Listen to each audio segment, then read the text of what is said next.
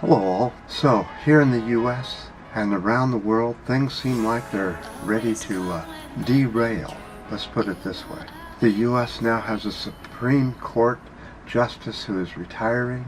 Over in the EU, it's a mess with the Brexit mess. And the people of the world are starting to migrate all over the place, trying to get away from war, famine, disease, and heat waves. Let's start with the heat wave of 2018. It's severe, as you could expect with the different readings we're getting and the different information we're getting, which isn't really coming that much from the US anymore. So June saw records in Scotland at 31 degrees Celsius. The UK saw 27.7 degrees Celsius heat wave, and there were other heat waves throughout the area. But the place that is seeing the biggest heat waves of all is the Middle East. Right now, it's nighttime in the Middle East, and they're at 115 degrees Fahrenheit.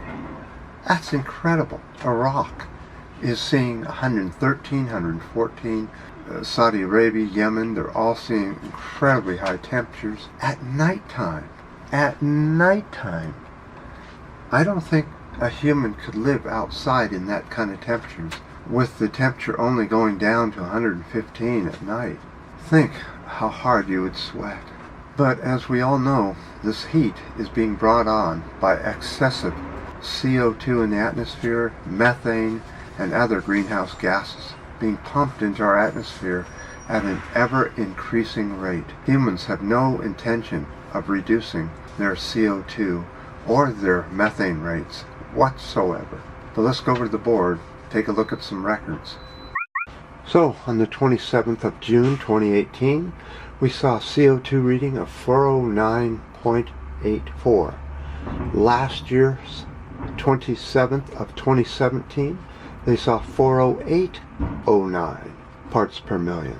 In June 2018 saw some remarkable high CO2 records of 411.31 parts per million. We also saw on May 30th, now it's an official record, of 416.45 parts per million.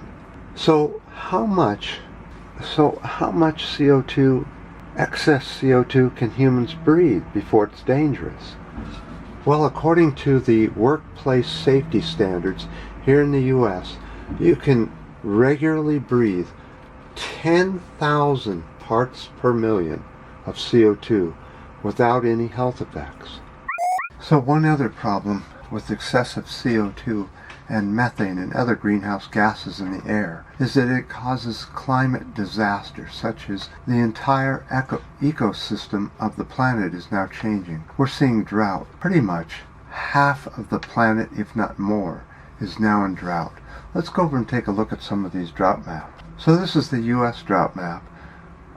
As you can see, the U.S. is in its usual drought, and it's usually the west and the southwest that have the worst droughts. The east coast, they come in and out of drought very quickly, so, if they're in drought, no big deal. Here's the Canadian drought map. Now they're getting worse and worse. Their droughts are getting more severe, and it seems to be going through one side of the country to the other. Now the world drought map looks like this. As you can see, there's hardly any place there isn't drought. It's absolutely amazing.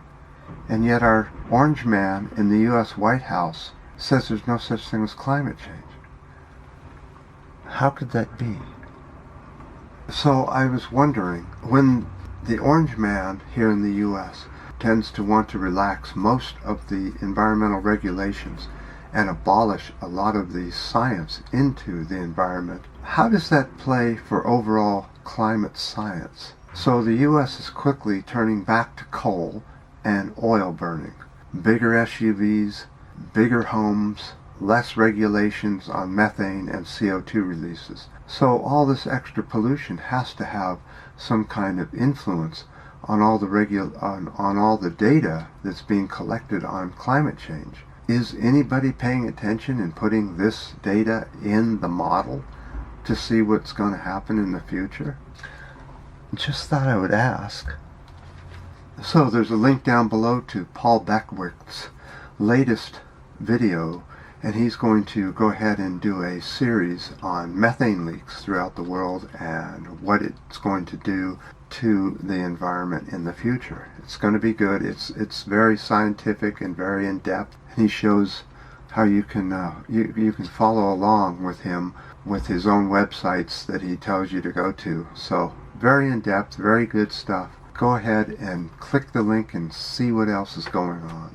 So the situation in the U.S. is dire now. The only way we can get out of the situation that we're in is the Democrats have to stick together as a team to work to delay the nomination of the Orange Man's Supreme Court Justice nominee. Do whatever it takes to try and stop any more Hitlerites getting into our U.S. government.